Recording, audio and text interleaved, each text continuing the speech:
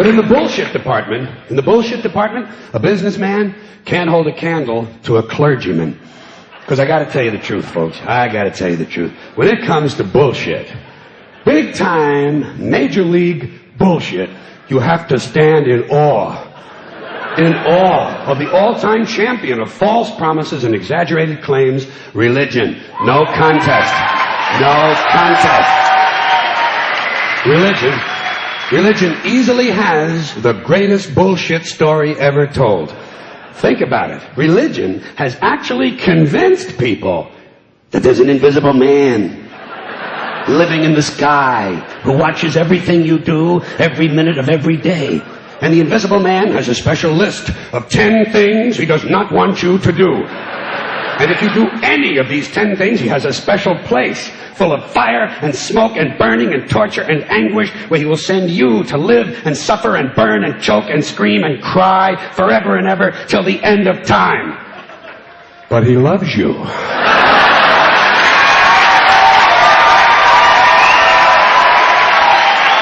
loves you. He loves you and he needs money. He always needs money.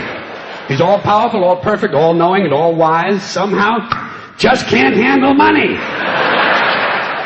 Religion takes in billions of dollars. They pay no taxes, and they always need a little more. Now, you talk about a good bullshit story. Holy shit.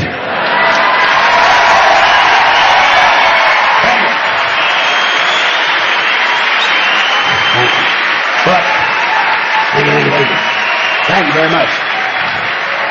But I want you to know something. This is sincere. I want you to know, when it comes to believing in God, I really tried. I really tried. I tried to believe that there is a God who created each of us in his own image and likeness, loves us very much, and keeps a close eye on things.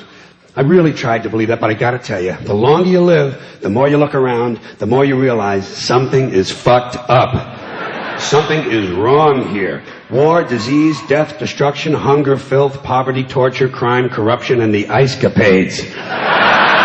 Something is definitely wrong. This is not good work. If this is the best God can do, I am not impressed. Results like these do not belong on the resume of a supreme being. This is the kind of shit you'd expect from an office temp with a bad attitude. And just between you and me, in any decently run universe, this guy would have been out on his all-powerful ass a long time ago. And by the way, I say this guy because I firmly believe, looking at these results, that if there is a God, it has to be a man. No woman could or would ever fuck things up like this.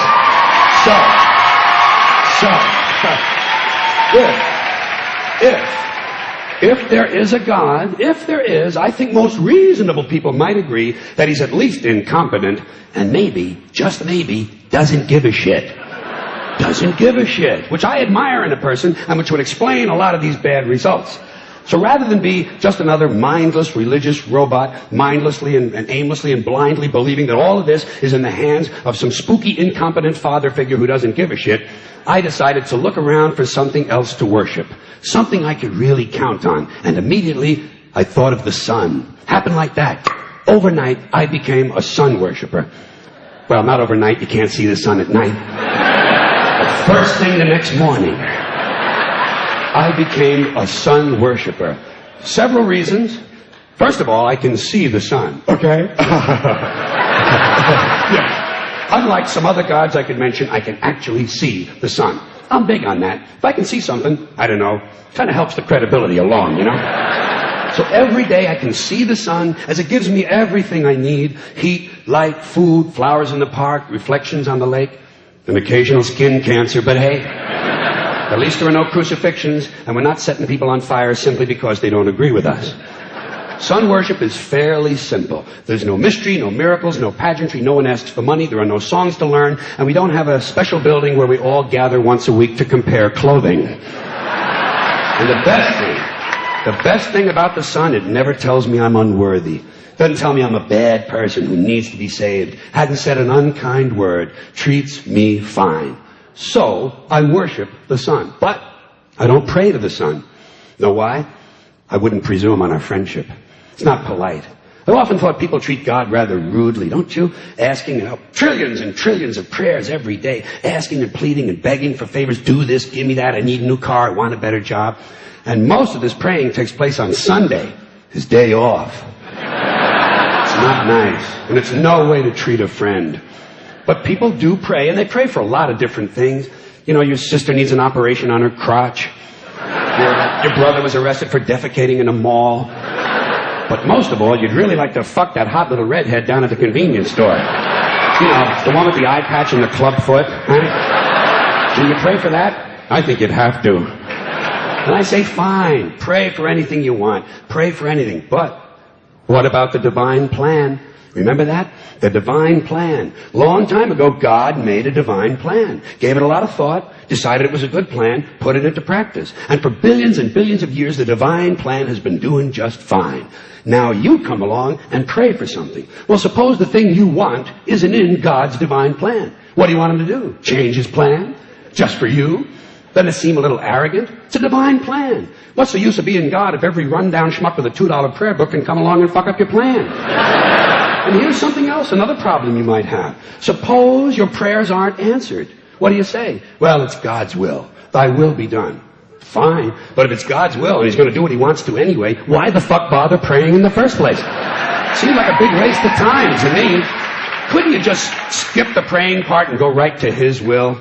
It's all very confusing. So to get around a lot of this, I decided to worship the sun. But, as I said, I don't pray to the sun. You know who I pray to? Joe Pesci. Joe Pesci. Joe Pesci. Two reasons. First of all, I think he's a good actor, okay? To me, that counts. Second, he looks like a guy who can get things done. Joe Pesci doesn't fuck around. Doesn't fuck around.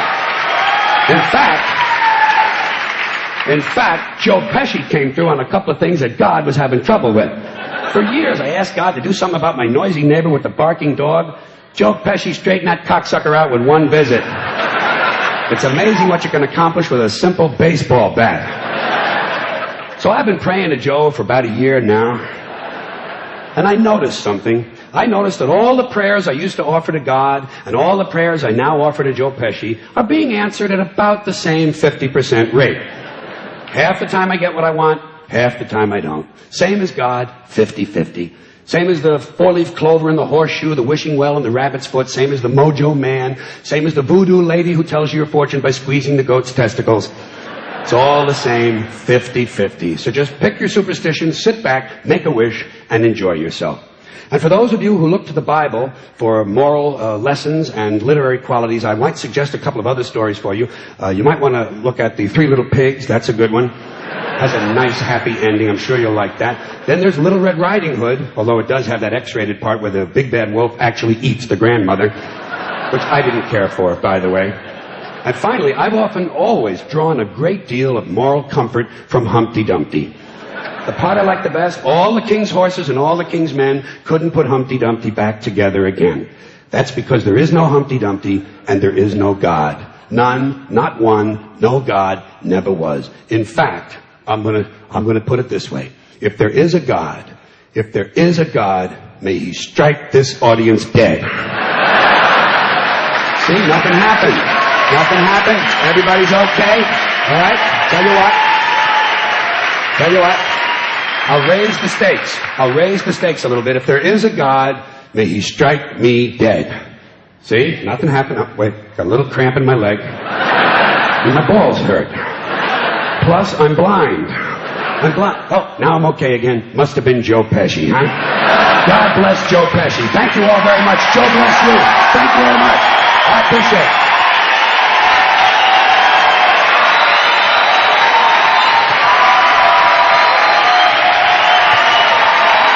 Bye-bye. Have fun. Good. Thank you very much.